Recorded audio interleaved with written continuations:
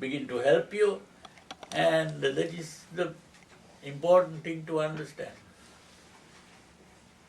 And once, of course, when your mind has become properly purified, you enter the samadhis, the first jhana, and the second jhana is even better than the first jhana, which is purer, the purest level.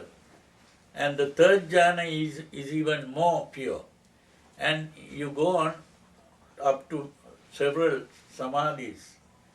And every samadhi is a tranquility, a greater degree of tranquility. So, and ultimately, when the mind is properly tranquil, the next step is to change the way you see the world.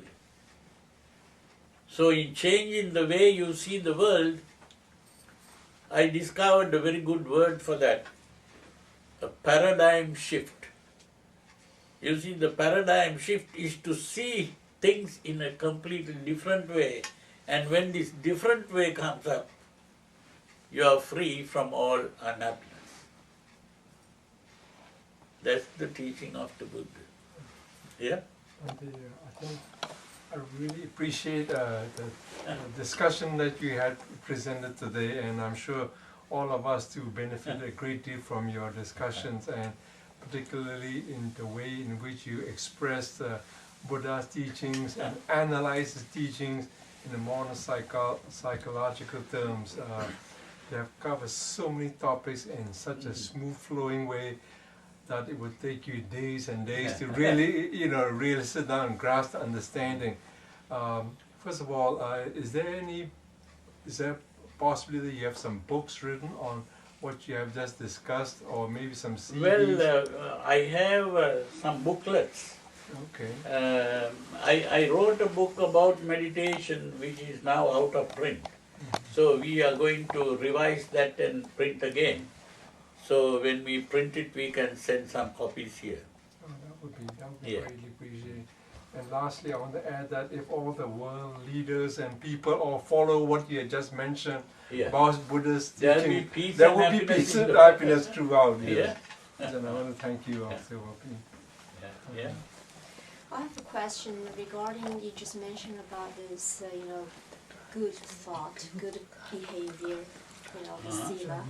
When you talk about a sila, and when you talk about good or bad, and I think that's relatively good. And because when you say good, usually you will say good based upon your own judgment, your own judgmental thought, right? So when you say good or bad, what is the difference between good and bad? That's your question. The question is about this, because when you talk about the sila, and then you talk about this good behavior, and then for the normal people, and then I think my behavior is good, see, because I use my own judgment to judge that behavior.